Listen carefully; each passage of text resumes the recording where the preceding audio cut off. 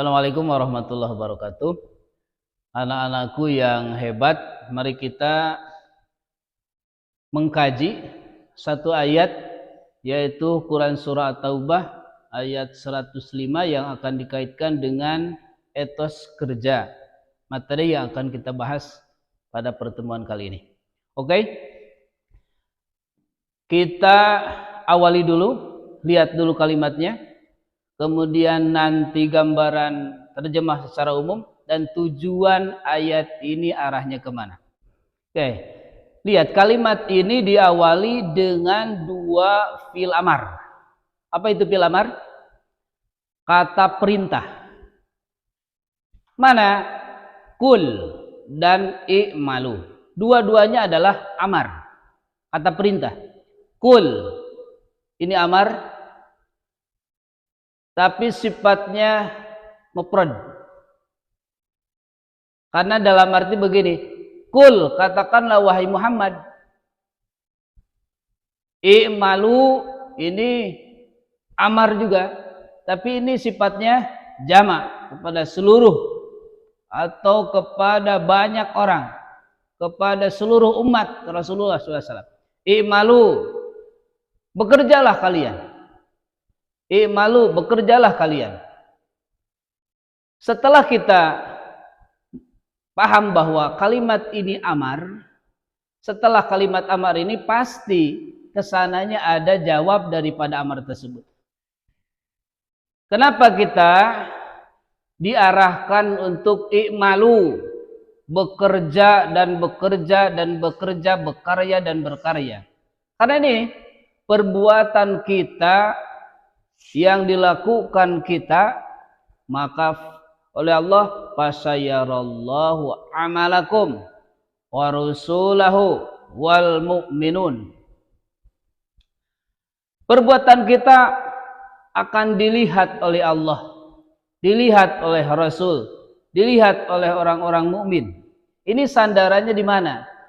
Kita tidak selamanya hidup, kita akan mati. Siapa yang tak akan mati?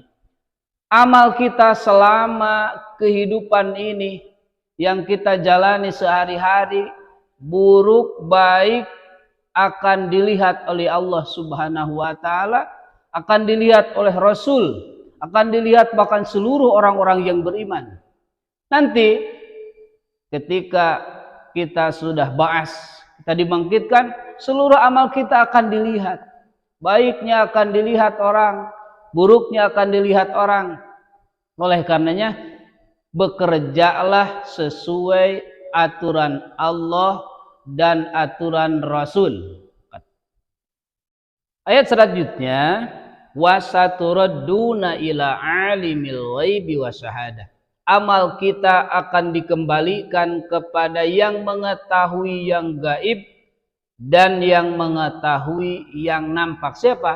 Allah Subhanahu wa taala. Perbuatan kita akan dikembalikan kepada Allah dan akan dilihat oleh Allah.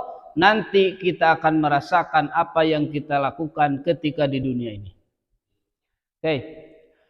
Selanjutnya ayat yang selanjutnya, fa yunabbiukum bima kuntum ta'malun, maka fayunabbiukum, akan diberitakan kepadamu, bima kuntum ta'malun, apapun yang kita kerjakan. Setiap yang diperbuat oleh kita, setiap yang diamalkan oleh kita, setiap yang dikerjakan oleh kita akan dikembalikan kepada kita semua. Baik buruknya akan dilihat, baik buruknya akan dirasakan oleh kita semua nanti di akhirat. Anak-anakku, poin yang kita ambil dari ayat ini setelah tadi digambarkan secara keseluruhan, kita ambil poin pentingnya. Satu, i'malu. Bekerja, kita harus merujuk berawal daripada niat kita.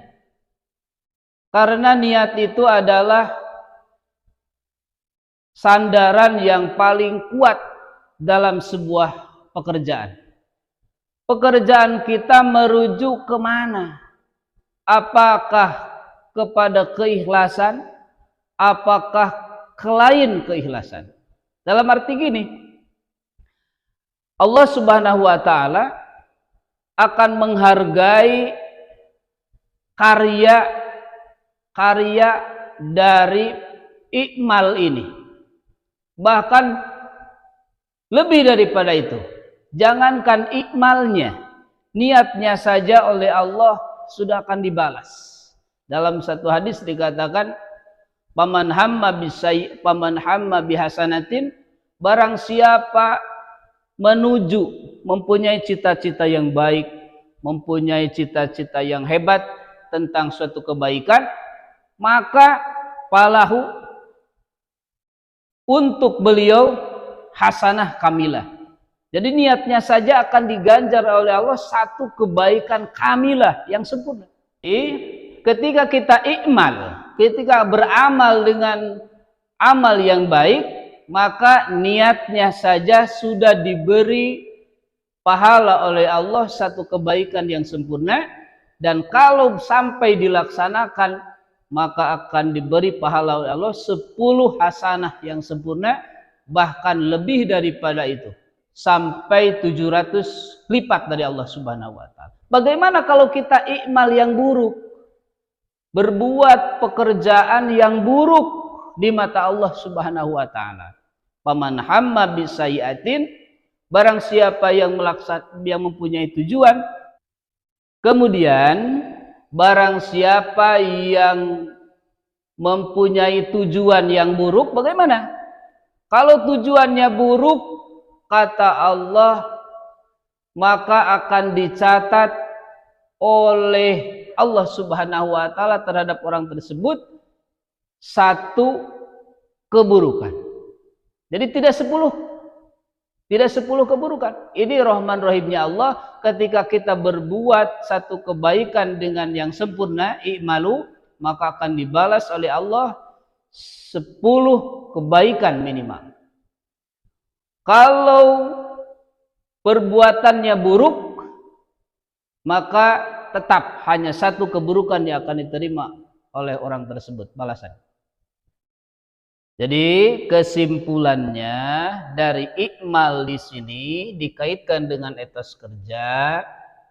Bagi kita seorang mukmin, bekerja itu nilainya sudah 10 kebaikan oleh Allah Subhanahu wa taala.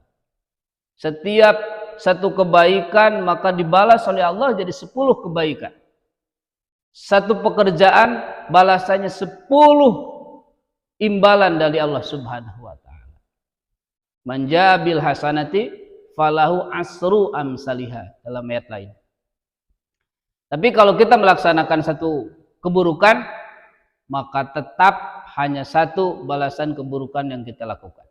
Nah, dari ikmal yang baik dan buruk ini, maka kesimpulan kedua, kita jangan merasa sempurna, kita jangan merasa hebat, kita jangan merasa tinggi di mata manusia, karena nanti seluruh ikmal di sini akan fasayarallahu amalakum wa rasulahu wal mu'minun. Seluruh ikmal yang kita lakukan maka akan dilihat Allah, dilihat Rasul, dan seluruh orang-orang yang beriman nanti di hari kiamat.